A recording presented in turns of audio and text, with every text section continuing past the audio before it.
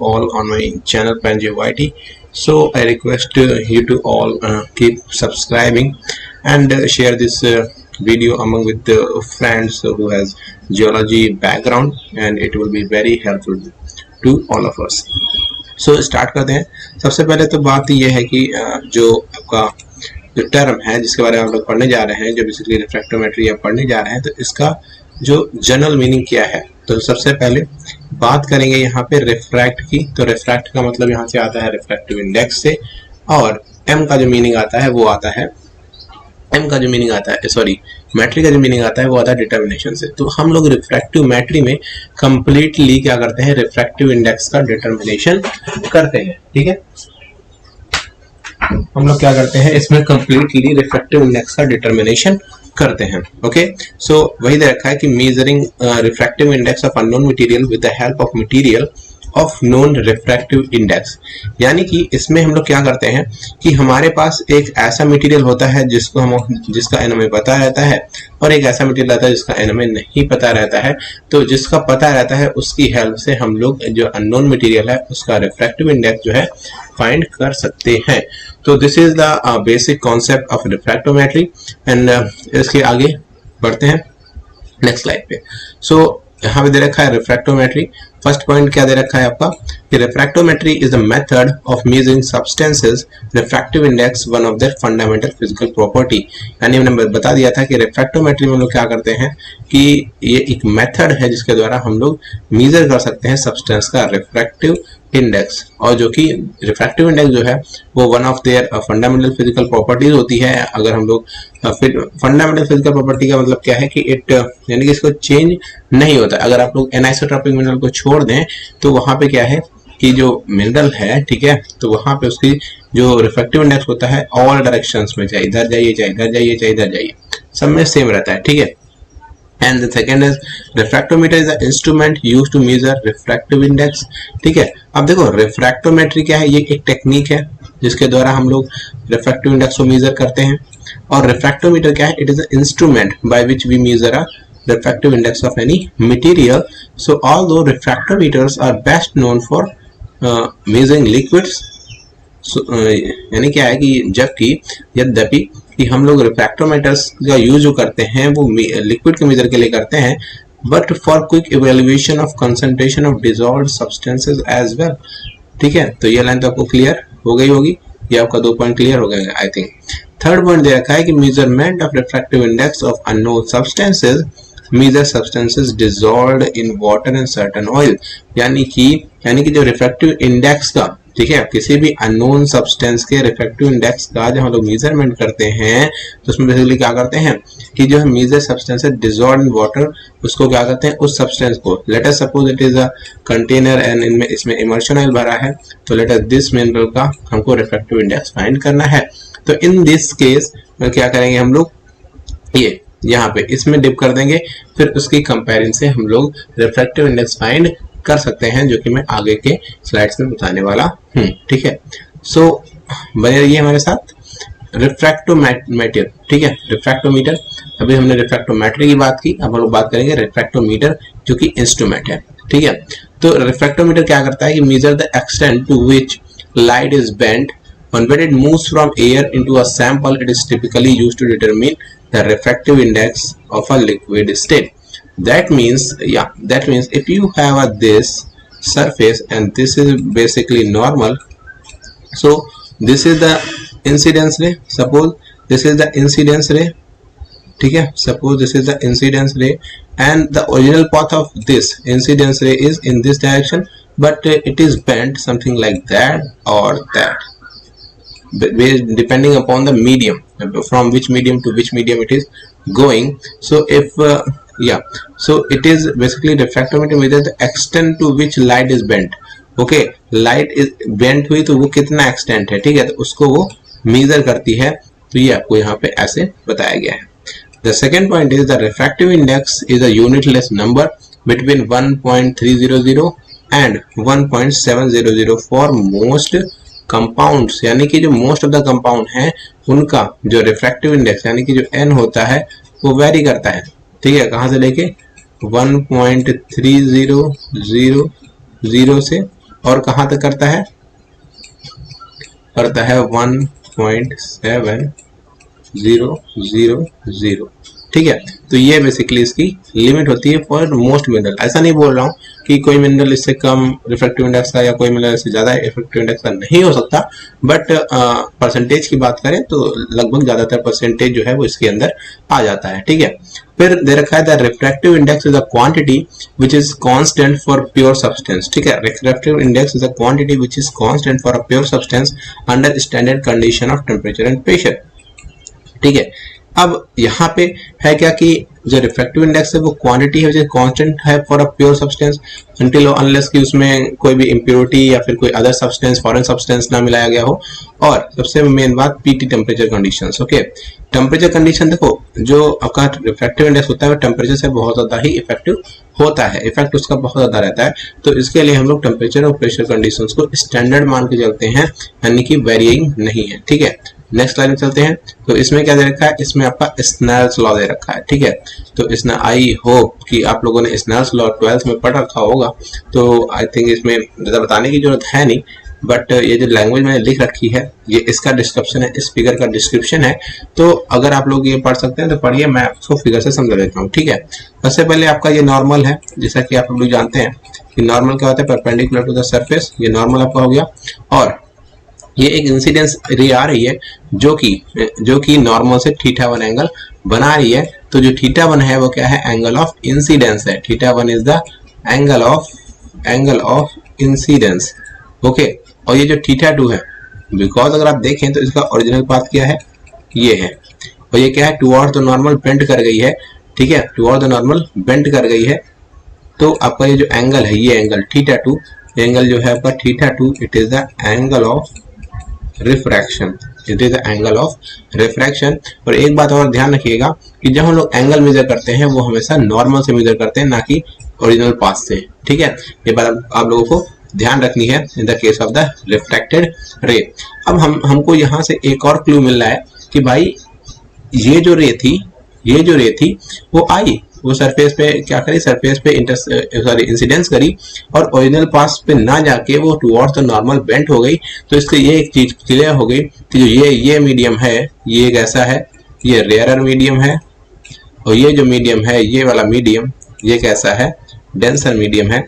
Because जब कोई भी रे रेयरर मीडियम से डेंसर मीडियम में जाती है तो वो टुवर्ड्स द नॉर्मल बेंट करती है, और आपका जब कोई भी रे डेंसर मीडियम से रेयरर मीडियम में जाती है तो वो away from the normal bend करती है। तो ये कॉन्सेप्ट आपको याद रखना होगा, ठीक है, काफी इंपॉर्टेंट है। अब क्वेश्चन ये आता है कि भाई ये रिफ्रैक्शन हुआ क्यों, ठीक है, भाई ये रिफ्रैक्शन हुआ क्यों, क्योंकि इसका रिफ्रैक्टिव इंडेक्स जो कि let us suppose it is air in this case and let us suppose it is water in this case, okay, it is water in this case. So दोनों का रिफ्रैक्टिव इंडेक्स क्या है, अलग अलग है। इसी की वजह से क्या हुआ, इसी की वजह से due to the difference in the refractive index of the both medium, the light ray which is incident at the surface of the water, it is basically bent towards the normal or away from the normal but cannot follow the original path from where it comes, ठीक है। तो ये सब आप लोग पढ़ लीजिएगा, ये सब वही लिख रखा है जो मैंने आपको यहाँ पे एक्सप्लेन किया है, ठीक है। तो आगे चलते हैं नेक्स्ट स्लाइड पे। या फिर दे रखा है आपका रिफ्रैक्टिव इंडेक्स, फिर क्या दे रखा है आपका रिफ्रैक्टिव इंडेक्स। सो फर्स्ट दे रखा है कि the ratio of speed of light in a vacuum to the speed of light in another substance is defined as the refractive index for the substance. So अगर हमको refractive index of the substance को define करना होता है तो हम लोग उसको कैसे करते हैं, n equal to c upon v। और सम केस की अगर जो फर्स्ट मीडियम है जहां से आपका लाइट आ रही है वो अगर एयर ना है, अगर एयर है तो c रहेगा, अगर एयर नहीं है तो क्या लिख सकते हैं उसको, v1 अपॉन v2 लिखेंगे भाई, क्लियर, क्या लिखेंगे, v1 अपॉन v2 लिखेंगे। तो आपका n equal to c upon v, ये यहाँ पे ये आपका फॉर्मूला लिखा हुआ है, ये आपका इसकी डेफिनेशन लिखी हुई है। And then the speed of light in a vacuum is always the same. देखो वैक्यूम में इसकी स्पीड सेम रहती है, कितनी रहती है, 3 × 10⁸ मीटर पर सेकेंड, ये रहती है भाई। And but when light move slowly through any other medium it travels more slowly. Because है क्या भाई कि अगर देखो यहाँ पे है तो अगर किसी अदर मीडियम में जाएगी एयर के अलावा तो उसका रिफ्रैक्टिव इंडेक्स क्या होगा भाई, बढ़ेगा। तो क्योंकि रिफ्रैक्टिव इंडेक्स सबसे कम किसका होता है, एयर का, अप्रोक्सीमेट 1 होता है और सभी सब्सटेंस का 1 से ज्यादा होता है, ठीक है। तो अगर कोई अदर मीडियम में जाएगी तो इसकी वैल्यू क्या होगी, बढ़ेगी, ठीक है। और v जो है वो क्या है, इसके इनवर्सली प्रोपोर्शनल है n के, तो इसकी वैल्यू घटेगी। तो वही भाई यहाँ पे लिख रखा है कि it travels more slowly since it constantly being observed and re-emitted by the atoms in the main earth। मैंने समझा दिया कि कैसे किसी अदर मीडियम में जाने पर लाइट की वेलोसिटी जो होती है वो कम हो जाती है, ठीक है। चलते हैं नेक्स्ट स्लाइड पे। हाँ, सो रिफ्रैक्टिव इंडेक्स कंटिन्यूअस है, so it is also commonly use to, ठीक है। रिफ्रैक्टिव इंडेक्स को हम लोग कैसे यूज करते हैं, पहला है कि भाई हमको कोई n जो है सब्सटेंस का पता था, कोई अदर सब्सटेंस है इसका n हमको नहीं पता है, तो इसकी हेल्प से कुछ मेथड हैं वो मैं आगे डिस्कस करूंगा। तो इसकी हेल्प से, जिसका रिफ्रैक्टिव इंडेक्स हमें पता है, उसकी हेल्प से हम लोग जिस मटेरियल का रिफ्रैक्टिव इंडेक्स हमें पता नहीं है उसका रिफ्रैक्टिव इंडेक्स फाइंड कर सकते हैं। तो ये पहला आपका इसका यूज हो जाता है, ठीक है। एंड देन है he assesses the purity of a sample by comparing its refractive index to the value of the pure substance।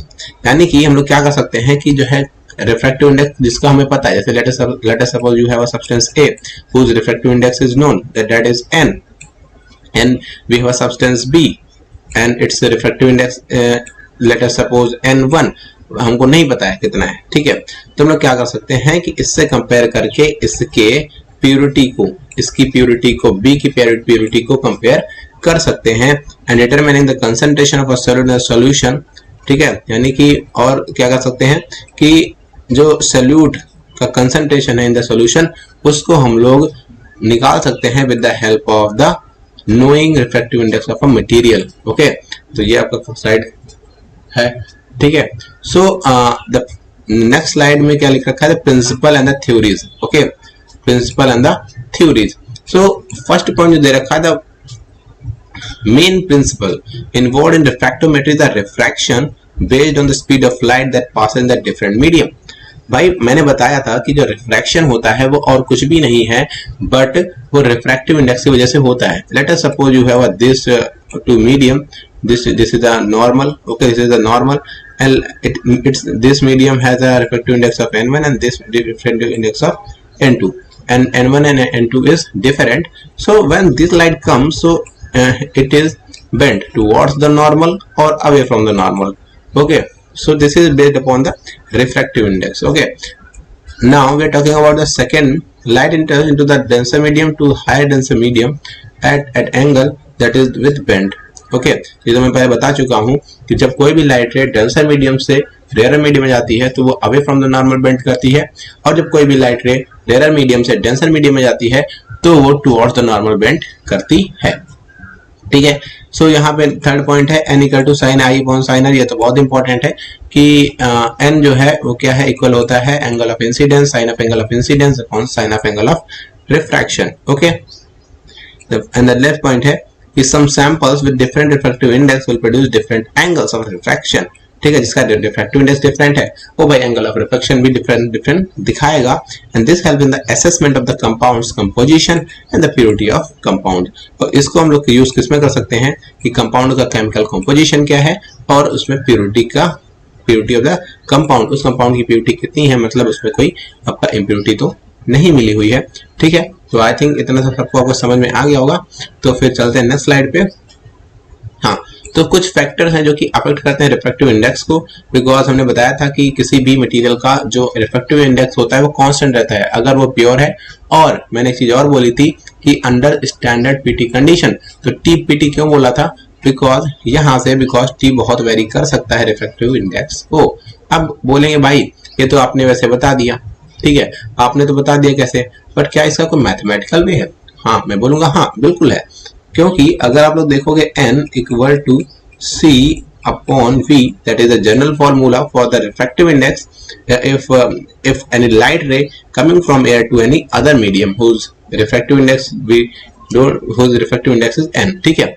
तो अगर यहां से मैं ये देखूं ये आ रहा है, ठीक है, और वेलोसिटी को देखूं मैं, अगर वेलोसिटी डायरेक्टिव होती थी, ठीक है, अगर किसी भी मीडियम में अगर आप लोग टेम्परेचर बढ़ा दोगे तो लाइट की वेलोसिटी क्या हो जाएगी, बढ़ जाएगी भाई, क्लियर है। अब अच्छा आप खुद ही बताइए कि अगर आपके पास एक शहद है, ठीक है, शहद है और आपके पास एक वाटर है, तो आप लोग उंगली अगर इसमें डालेंगे तो आपको किस में इजी होगा? ठीक है, वाटर में भाई इजी होगा, बिकॉज उसमें वेलोसिटी तो बोला क्या जाएगा कि आपकी जो फिंगर की वेलोसिटी वाटर में ज्यादा है। तो अगर टेम्परेचर बढ़ाओगे तो विस्कोसिटी भाई कम हो जाएगी, तो वेलोसिटी बढ़ जाएगी। तो अगर यहां से देखें तो मैं यहां से लिख सकता हूं from this and this also n is inversely proportional to 1/t। तो यानी टेम्परेचर बढ़ाओगे तो रिफ्रैक्टिव इंडेक्स घटेगा। ये बेसिक टेम्परेचर है, ये तो आपका सेम है विस्कोसिटी से, आप लोग ये भी देख सकते हैं। एंड वेवलेंथ, तो देखो जब हम लोगों को क्या करना होता है, रिफ्रैक्टिव इंडेक्स फाइंड करना होता है, तो हम लोगों को एक एप्रोप्रिएट वेवलेंथ की जरूरत होती है। जो हम लोग क्या यूज करते हैं, हम लोग को एप्रोप्रिएट वेवलेंथ की जरूरत होती है, जो कि हम लोग यूज करते हैं this sodium, okay, this sodium D line, ये वाली सोडियम डी लाइन, सॉरी ये क्या कर दिया मैंने, पूरा इरेज कर देता हूँ, ठीक है। तो हम लोग को क्या जरूरत होती है, हम लोगों को जरूरत होती है sodium D line at 595, okay. So चलते हैं आगे, मेरी ड्राइंग इतनी अच्छी नहीं है बट फिर भी चलते हैं, okay. So first is the immersion method. तो इमर्शन मेथड बेसिकली है क्या, मैं आपको जनरल एक व्यू दे देता हूँ, फिर हम लोग थ्योरी की तरफ जाएंगे। तो इमर्शन मेथड में करते क्या है हम लोग कि सबसे पहले हम लोग जिस मटेरियल का रिफ्रैक्टिव इंडेक्स में फाइंड करना होता है, तो उसमें क्या करते हैं, उसको एक इमर्शन ऑयल में डिप कर देते हैं, ठीक है, उसको एक इमर्शन ऑयल में डिप कर देते हैं और देखते हैं कि जो है मिनरल जो है वो अपीयर ब्रिलियंट और नॉट, यानी कि वो स्टैंड आउट कर रहा है कि नहीं कर रहा है। तो उसके बेस पे हम लोग बताते हैं कि जो मिनरल ग्रेन का जो आपका रिफ्रैक्टिव इंडेक्स है वो इमर्शन ऑयल से ज्यादा है या फिर कम है, ठीक है। और इमर्शन ऑयल का जो हमको रिफ्रैक्टिव इंडेक्स होता है वो पता रहता है, ठीक है। तो ये तो हो गई वैसी बात। अब बात कर लेते हैं थ्योरी की। दे रखा है the refractive index, the immersion oil method relies on having immersion oils of known refractive index, जैसे मैंने बताया कि immersion oil का जो refractive index होता है हमें पता रहता है, and comparing the unknown material to the oil, और हम लोग इसको unknown material से compare करते हैं। Immersion oil is available with refractive index that cover range from most mineral, that is यहाँ तक होता है लगभग 1.4 से 1.8 तक। so ये यहाँ पे लिखा हुआ अभी ये, और इन द इंक्रीमेंट ऑफ यानी इंटरवल कितना रहता है 0.002, 0.004 और 0.005। सो अब देखो, अब हम लोग ये पता चल गया कि भाई ज्यादा किसका है या कम किसका है, ठीक है। यानी कि जब हमको इमर्शन ऑयल का पता था तो उसमें हमने देखा कि अगर अब अपीयर हो रहा है मिनरल तो यानी कि कुछ तो अंतर है, ठीक है, अपीयर नहीं हो रहा था यानी कि इक्वल है। अब तो हमको पता चल गया कि भाई ज्यादा है या कम है, बट अभी वो एग्जैक्ट वैल्यू तो नहीं मिली है। तो एग्जैक्ट वैल्यू के लिए हम लोग यूज करते हैं रिलीफ का और पेके लाइन का, ठीक है। So relief can be defined as a degree to which a mineral grain or grain appears to be stand out from the mounting material, ठीक है। तो अब देखो रिलीफ को जनरल टर्म में बोले हम, ठीक है, तो रिलीफ ये तो आपकी लैंग्वेज है, बट अगर रिलीफ को जनरल टर्म में बोले तो रिलीफ क्या होता है, रिफ्रैक्टिव इंडेक्स का डिफरेंस होता है। जैसे लेट अस सपोज कि मीडियम का रिफ्रैक्टिव इंडेक्स nm है और मिनरल का लेट अस सपोज no है, तो यहाँ पे क्या होगा कि इसका एब्सोल्यूट डिफरेंस जो होता है वो क्या कहलाता है, रिलीफ कहलाता है। So an immersion oil, Canada balsam और other medium of use. So पहले केस में क्या है, आपका पहला केस जो यहाँ पे दे रखा है, इस केस में क्या है, फर्स्ट है कि if the indices of refraction of the oil and the mineral are the same, so the light passes through the mineral oil boundary unrefracted boundary है, and mineral again do not appear stand out, यानी कि आपको दिखेंगे नहीं। But यहाँ पे क्या होगा कि मिनरल ग्रेन क्या होगा, अगर आप ये तो केस दे रखा है बट मैं मान के चल रहा हूँ कि अभी बराबर नहीं, ज्यादा कम नहीं पता बट अभी बराबर नहीं है, तो उस केस में क्या होगी, आपको रिफ्रैक्टेड रे दिखाई देंगी, आपका मिनरल कैसा होगा, mineral gain appear stand out यानी चमकेगा, ठीक है। अब बात करनी है हम लोग रिलीफ की, अब बात करेंगे हम लोग पॉजिटिव और निगेटिव रिलीफ की। तो पॉजिटिव रिलीफ क्या होती है कि भाई अगर मिनरल ग्रेन का रिफ्रैक्टिव इंडेक्स, अगर मिनरल ग्रेन का रिफ्रैक्टिव इंडेक्स जो इमर्शन ऑयल है उससे ज्यादा रहता है तो उसको क्या बोलते हो, उसको बोलते हो पॉजिटिव रिलीफ, ओके। और अगर मिनरल गेन का रिफ्रैक्टिव इंडेक्स इमर्शन ऑयल से कम रहता है तो उसको आप लोग बोल देते हो निगेटिव रिलीफ, ठीक है, क्या बोलते हो, निगेटिव रिलीफ। तो ये एग्जांपल दे रखे हैं।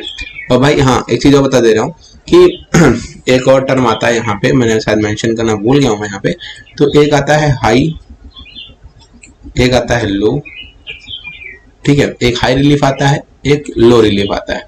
तो हाई रिलीफ में क्या होता है कि जो डिफरेंस होता है, मैंने बताया ना रिलीफ का मतलब क्या होता है कि difference between the refractive index of the medium and the immersion and the material and the mineral gain. Okay, तो अगर डिफरेंस बहुत ज्यादा है तो उसको बोलेंगे हाई जो है रिलीफ है, और अगर डिफरेंस कम है तो बोलेंगे क्या भाई लो रिलीफ है।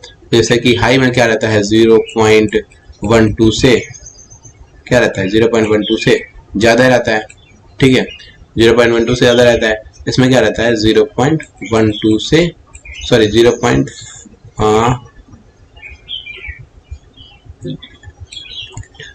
तो यहाँ पे क्या आता है 0.04 सॉरी 0.4 ज्यादा रहता है, यहाँ पे 0.12 से कम रहता है, ठीक है। ये लोग आपको ध्यान दीजिए, थोड़ा गड़बड़ कर दिया है मैंने यहाँ पे। तो यहाँ पे लिख देता हूँ कि हाई के केस में क्या होता है 0.4 से ज्यादा रहता है, और लो के केस में क्या होता है 0.12 से कम रहता है, ठीक है। ऐसी कोई मतलब विशेष क्राइटेरिया नहीं है, बट जनरली मिल सकता है ऐसा। अब यहाँ पे देखो वेरिएशन इन रिलीफ। अब भाई देखो मैंने बताया कि जो माउंटिंग मटेरियल है उसका रिफ्रैक्टिव इंडेक्स कितना है 1.54। तो मैंने बताया कि रिलीफ हाई कैसे होती है, लो कैसे होती है, ठीक है। तो ये है, तो ये स्ट्रॉन्ग और जो मॉडरेट और लो यूज कर रहे हैं, हाई लो के हिसाब से यूज कर रहे हैं। अब देखो गार्नेट का क्या है 1.72 और 1.89, ठीक है। तो अगर यहाँ देखो तो इसमें और इसमें डिफरेंस बहुत ज्यादा है, तो क्या है ये स्ट्रांगली पॉजिटिव है। अब पॉजिटिव क्यों है, बिकॉज मिनरल गेन का ज्यादा है, मैंने पहले बताया अगर मिनरल गेन का ज्यादा होता है मटेरियल से तो पॉजिटिव रहता है। अब देखो ये वाला ये जो है मिनरल गेन का जो रिफ्रैक्टिव इंडेक्स है वो माउंटिंग मटेरियल से ज्यादा है, ठीक है, बट क्या है इतना ज्यादा नहीं है, तो मॉडरेट पॉजिटिव आ गया, ठीक है, ये मॉडरेट पॉजिटिव आ गया। अब बात करेंगे इसकी, तो ये बहुत ही क्लोज है बट थोड़ा तो ज्यादा है ना, तो यहाँ पे क्या हो गया लो पॉजिटिव आ गया। अब अगर इसकी बात करें तो ये क्या है बहुत मतलब कम है पर बहुत कम है, तो ये लो नेगेटिव हो गया। बट अगर हम इसकी बात करें इसकी क्वार्ट्ज की, तो ये इनविंसिबल है भाई, बाउंड्री दिखाई नहीं देगी अगर, बिकॉज ये मैंने बताया था ना कि अगर इक्वल हो गए तो the mineral gain doesn't appear stand out, यानी कि उसकी अपीयरेंस होगी ही नहीं, वरना कुछ ऐसी इसकी होनी चाहिए थी, ऐसी कुछ होती इसकी, बट यहाँ पे है नहीं, बिकॉज जो मिनरल का जो रिफ्रैक्टिव इंडेक्स है वो मीडियम के रिफ्रैक्टिव इंडेक्स से मैच हो गया। और इन दिस केस क्या है स्ट्रांगली निगेटिव, बिकॉज जो मिनरल का रिफ्रैक्टिव इंडेक्स है वो माउंटिंग मटेरियल के रिफ्रैक्टिव इंडेक्स से बहुत ज्यादा कम है। तो I think this slide will be very very clear to you, and this slide आप लोग इस स्लाइड को अगर अच्छे से पढ़ेंगे तो आप लोग को ये स्लाइड पूरी अच्छे से क्लियर हो जाएगी, ठीक है। now we have a Beck-Line method. So Beck-Line method क्या है कि to determine whether a mineral has positive or negative relief, the Beck-Line method is used. Okay, so Beck-Lines are a band or rim of light visible along the grain boundary in plain light when the grain mount is slightly out of focus. Okay, यानी क्या करते हैं कि इसमें हम लोग, अगर आप लोगों ने माइक्रोस्कोप पढ़ा होगा तो उसमें पढ़ा होगा कि, या फिर मैं अभी अगले लेक्चर में माइक्रोस्कोप ले लूंगा भी, ठीक है। तो उसमें क्या रहता है कि एक माइक्रोस्कोपिक स्टेज रहता है और एक यहाँ पे कन्वर्जेंट लेंस रहता है। तो जब हम लोग इसको जब हम लोग Beck-Line हमको लोगों को देखनी होती है तो हम लोग क्या करते हैं फोकल लेंथ थोड़ी बढ़ाते हैं, ठीक है, या फिर माइक्रोस्कोपिक स्टेज को नीचे करते हैं या फिर जो है ऑब्जेक्टिव लेंस को ऊपर करते हैं, वो आगे की बात है, मैं आगे बताऊंगा अभी। So the Beck-Line may be lie inside or outside the mineral grain depending upon how the microscope is focused. Okay, so Beck-Line are interrupted to be produced as a result of lens effect. तो देखो lens effect और internal reflection effect ये है क्या, तो lens effect इस observation पे base होता है कि कोई भी मिनरल ग्रेन है वो एजेस पे शार्प होगा, ठीक है, क्या होगा एजेस पे शार्प होगा। तो लेंस इफेक्ट क्या है, जैसे कि आप लोग जो कॉनकेव कॉन्वेक्स है वैसे ही सेम केस में भी रहता है। समझ लो कि मिनरल जो है वो एक कॉनकेव और कॉन्वेक्स लेंस की बात ही व्यवहार करते हैं, ठीक है। और यहाँ पे क्या है इंटरनल रिफ्लेक्शन इफेक्ट इस पे बेस होता है कि जो मिनरल्स होते हैं वो क्या होते हैं सम एट पॉइंट वर्टिकल होते हैं, ठीक है, it is vertical at some point, ठीक है। तो आगे बात करते हैं। हाँ, यहाँ पे देखो मैं थ्योरी नहीं पढ़ने वाला हूँ, आपको बता देता हूँ, लोग थ्योरी अपने आप से पढ़ सकते हैं, ठीक है, नोट्स आप लोग बना सकते हैं, ठीक है। तो पहले में देखो Beck-Line है क्या, हमने बताया कि जैसे आपका सॉरी ब्लैक कलर ले लेते हैं, इससे आप लोग ज्यादा क्लियर होगा। तो कलर ले लिया ब्लैक, तो क्या होता है बेके लाइन में, जब हम लोग को बेके लाइन मिलती है तो ऐसे मिलती है, ठीक है। तो यहाँ पे ये ब्राइट लाइट, ये जो स्पेस छूटा है ये समझ लो ब्राइट लाइन है, ये ब्लैक लाइन फिर ब्राइट लाइन, जैसे बैंड मिलते हैं। तो जो ये आपकी ब्राइट लाइन होती है इसको क्या बोलते हैं, बेके लाइन। इसको क्या बोलते हो, बेके लाइन, ठीक है, क्या बोलते हो, बेके लाइन। अब देखो यहाँ पे जो बेके लाइन है, यहाँ पे जो बेके लाइन है ये व्हाइट बेके लाइन है, ये क्या जा रही है, टुवर्ड्स द मिनरल, ठीक है, ये टुवर्ड द मिनरल जा रही है इधर की ओर, ये आ रही है इधर की ओर। तो इसका मतलब क्या है कि जो मिनरल ग्रेन का जो एन ऑफ मिनरल है वो ग्रेटर देन क्या है, एन ऑफ ऑयल। क्लियर, ये बात तो सबको समझ में आ गई। और यहाँ पे देखो, यहाँ पे देखेंगे तो ये ब्राइट बेके लाइन जो है ये वाली, ये कहाँ जा रही है, ये अवे फ्रॉम द मिनरल जा रही है, ये इधर जा रही है, मीडियम के थ्रू जा रही है। तो इसमें क्या हो जाएगा, जो एन ऑफ ऑयल,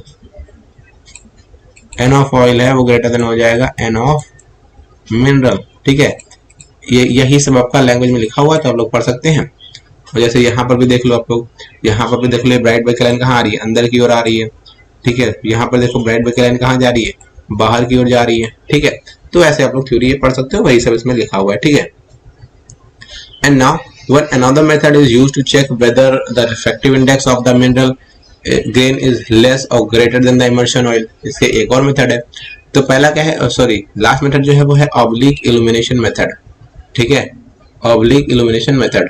सबसे पहले क्या है, oblique illumination method of comparing the indices of mineral and immersion oil involve the examine the shadows, ठीक है। यानी कि जो आपका ऑब्लिक इल्यूमिनेशन मेथड है जो है मिनरल के रिफ्रैक्टिव इंडाइसेस को कंपेयर करने का और इमर्शन ऑयल को कंपेयर करने का, वो इन्वॉल्व किया जाता है। उसमें हम लोग शैडोज को एग्जामिन करते हैं जो कि बनती कब है, जब हम लोग पार्ट ऑफ लाइट जो आपका इल्यूमिनेटर से आ रहा होता है उसको हम लोग ब्लॉक कर देते हैं, ठीक है। वही लिखा हुआ है कि cast by the grains when part of light coming up through the microscope is blocked. So light can be blocked by cardboard जो कि या फिर फिंगर है, और between illuminator and the substage और by partially inserting the accessory plate, ठीक है। तो आपको फिंगर से ब्लॉक कर सकते हो, फिर कार्डबोर्ड से ब्लॉक कर सकते हो। यहाँ पे नया टर्म है कि इंसर्टिंग द एक्सेसरी प्लेट। तो एक्सेसरी प्लेट के बारे में अभी बात करूंगा अगले लेक्चर्स में, ठीक है। एक्सेसरी प्लेट की बात मैं करूंगा अगले लेक्चर्स में। एक्सेसरी प्लेट कुछ नहीं होती है, it is a plate of gypsum, mica और other materials, okay, muscovite, other materials, और जो कि दो ग्लास माउंट के बीच माउंटेड रहती है, ठीक है, जो ग्लास प्लेट के बीच माउंट रहती हैं, ठीक है। इसके बारे में मैं जो है आराम से ब्रीफली अच्छे से बात करूंगा, इस पे एक लेक्चर पूरा लगेगा मुझे, ठीक है। तो यहाँ पे फर्स्ट है, यहाँ पे सेकेंड है। तो ये तो हो गई बात, ये तो मैंने बता दिया थ्योरी। अब रिजल्ट क्या है, रिजल्ट है ये दो। If grains are dark on the side facing the darken part, so n of grain is less than, ठीक है। अगर मिनरल का dark part, dark because shadow में क्या होता है भाई, जैसे आप लोग को देखो ये मान लो शैडो बनी, ठीक है, तो ये क्या होगा, ये ब्लैक पार्ट हो गया पूरा इतना, ये व्हाइट पार्ट हो गया, ऐसे तो नहीं। तो यहाँ पे ये क्या है, तो n grain is less than n oil when the darken part of the grain faces the darken part of the shadow. Example के लिए जैसे ये, तो अगर आप लोग यहाँ पे देखोगे तो ये आपका ये मिनरल है, ये मिनरल का डार्कन पार्ट है, और ये अगर देखोगे ये आपका शैडो है।